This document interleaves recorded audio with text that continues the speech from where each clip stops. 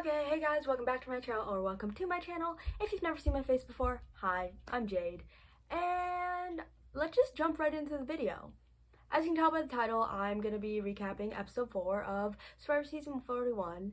And yeah, I haven't talked about Survivor Season 41 since the premiere.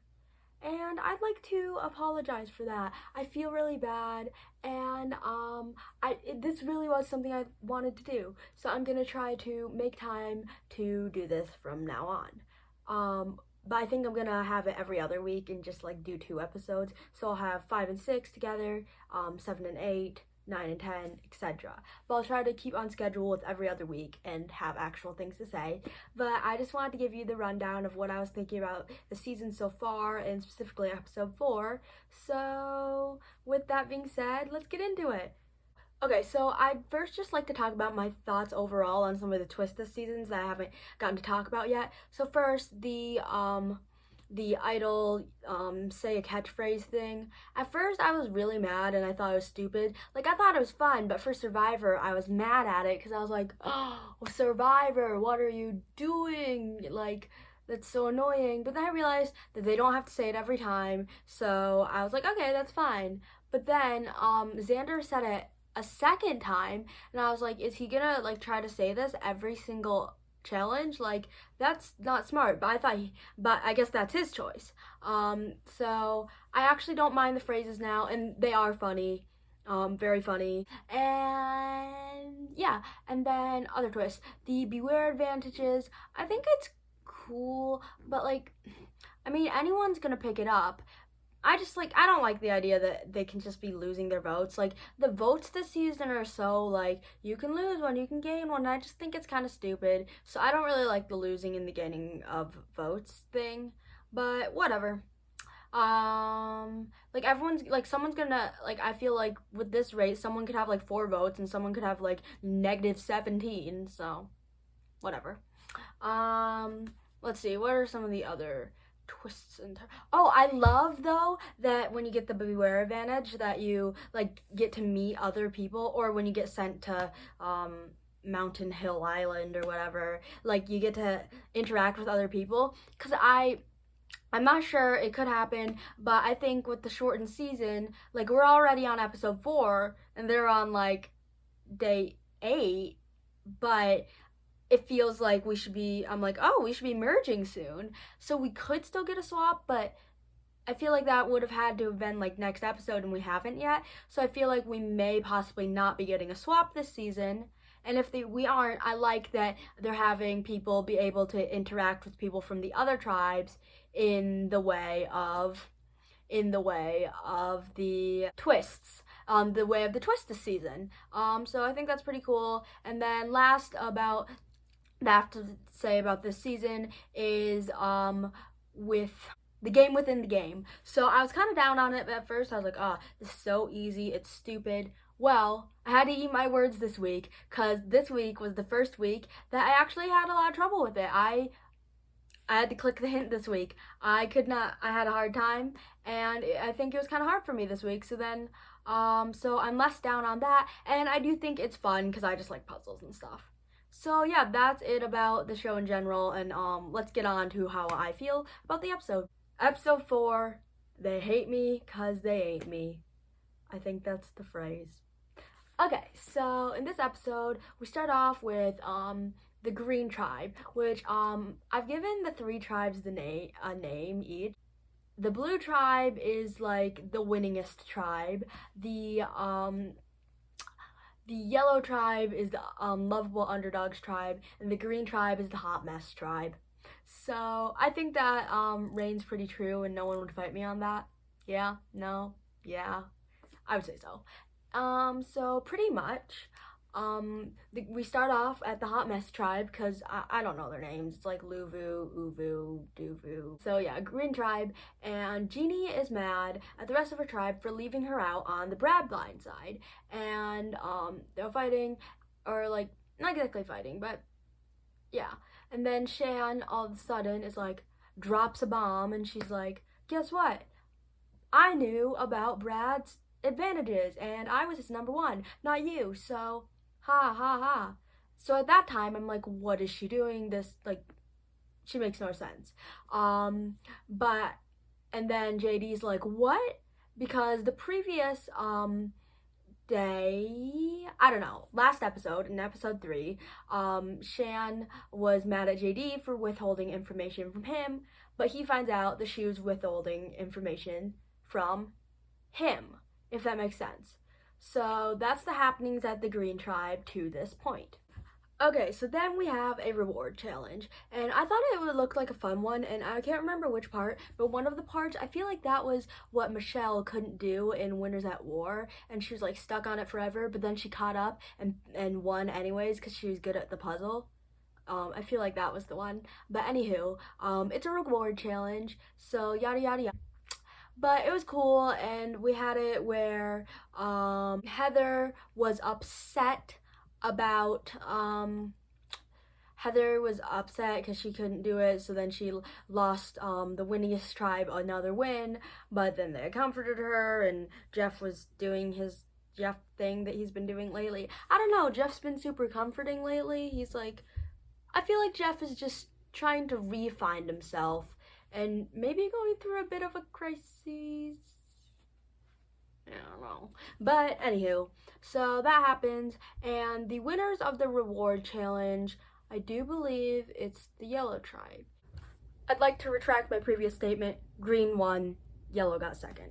Messed that up. Yeah, the yellow tribe wins. And so they receive as their win Nathan. Nathan is this jungle superhero local guy. Local, not loco. And it's pretty cool. He climbs up the coconut tree, he makes fish, and it seems like pretty sweet reward. And I always love those ones when like they have the local people come to the camp or something. I always think that's fun. Let's talk about Blue Tribe, the winningest tribe so far. So we find out that it's kind of like there's like a couple of sides. There's the Sydney, Deshawn, and I forgot who else is on the tribe because they don't really show that many people on that tribe. And then we've got Heather, Erica, Nasir. In the episode, we find out that Erica wants to get Sydney out, and I know that the people on the Blue Tribe, they're strategizing because they're like, oh, like I don't want us to go to tribal and me have no strategies. Also, they're probably getting a little stir crazy. But definitely I think that they should hold back on the strategizing as long as they're not going to tribal council. Like if they don't go at all in the pre-merge, like better for them to not have a target on their back. But anywho, so they don't like that. And then Sydney and Deshawn, someone else is with Sydney and Deshawn, but I don't really care about them. No offense, maybe I'll see them later, but to this point in the show, we haven't been seeing a lot of them in the edit. And then they don't like, they're trying to get Nasir out as well. So that puts them on the other side. And then, as well as Heather was actually trying to get out Sydney as well, which I'm not sure if anyone watches the secret scenes, but if you do, there was one. Heather, she said she had a dream about Sydney coming to her house and stealing her torch, and then this would make her eerie on it. And then Sydney's like, what? Why would you do that? Like, why would you be trying to get me out because of a freaking dream? Sorry, that's what Sydney says in the clip. And then Heather goes, I made it up. So Heather made up a dream to try to target Sydney? What? I had a dream.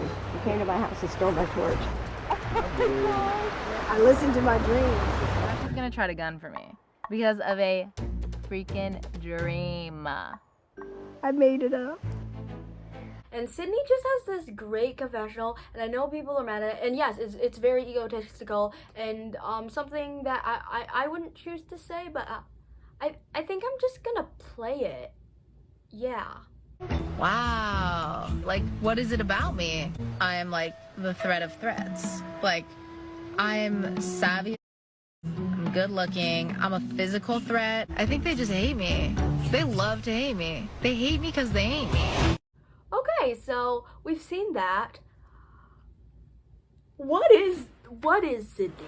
Like, I don't understand, because, and So as if you watched my preview video, which if you didn't, you should totally go watch it. It's pretty fun. It's when I actually took notes and stuff. So I was very high on Sydney coming into the game, and for me with Sydney, I feel like she interests me. Like, I'm very interested in her because, like, she has such a natural confidence, but like it's like a natural ego confidence, and like I saw it in the preseason a little bit, whatever, but like in the game it's more obvious. I'm like, how can you just be born with that? It's like very interesting to me because I pulled up some old stuff of her, and she's always been like this. Like, there's this video of her in like a soccer interview when she was like 7, and then they're like asking her some questions. She's like, "Well, I'm really good at it," and she's like 7, and like some and like things of her from high school and Why you like it? What's great about it? Well, I'm really good at it, so that... there's like an Instagram post from her. I'll put it right here, of her in like her senior year of high school, where she posted on Instagram like, "They hate me because they ain't me," and like she's like always been like this, and it's very interesting because like I think sometimes like I have kind of a natural confidence, like not always, but like more than some people, but I haven't met a person who has a natural like ego confidence, and it's like honestly interesting to me. So enough about Sydney. So yeah. So that's about it on the Blue Tribe. They don't have to vote anyone else out yet, but if they do, it'll be interesting to see what happens. So the immunity challenge, I don't know if I mentioned this, but some people on the Blue Tribe, specifically like Deshaun and whoever the other guy is, want to throw it to get rid of Nasir, but Nasir just like single-handedly wins it for them. So whatever. That happens, and then yellow and green are left, and JD can't pull it out. Green loses, yellow stays safe, and green is going to tribal council again. So they're planning for tribal council. So when I initially filmed this, I couldn't exactly remember what happened, and as I was editing, I was like, I did not explain this well. So what happens when Green Tribe gets back to camp is Shan is thinking, what if I can convince JD to give me his advantage again? And she's like, what? No.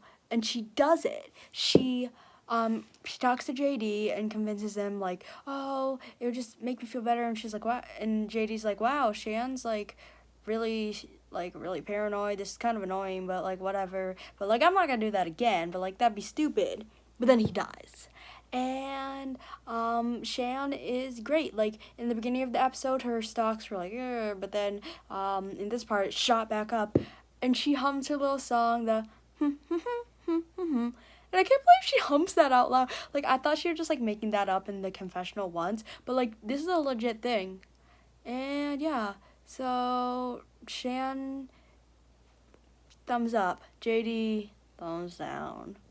So I definitely did not see this coming. It's kind of crazy because I've been trying to read the edit, like in all these episodes, and I've gotten used to Big Brother from this summer, which is like, the edit is so easy to read, like it's so annoying. Like, if you don't want to know who goes home on Big Brother other week, skip like 10 seconds, 15 seconds, I don't know, double tap to the right, but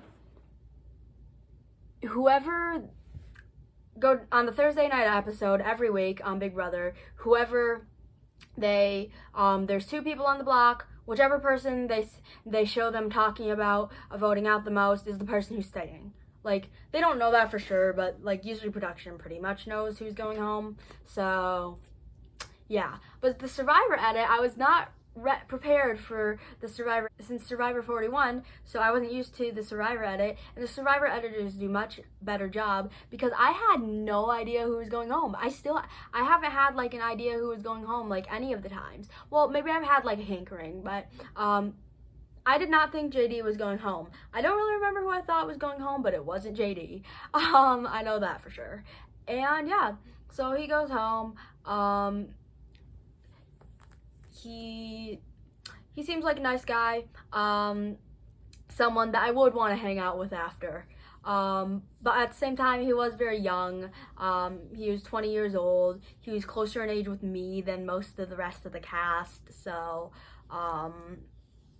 yeah, that's about it for episode 4. I'm gonna try to do better on my recaps or whatever we're gonna call these in the future. But if you enjoyed these ones, this one, feel free to give it a big thumbs up. Subscribe to my channel if you haven't already. Turn on your post notifications so you can get notified every time I post a new video. But I attempt to post my Survivor ones on Saturdays, and my other ones always go up on Thursdays.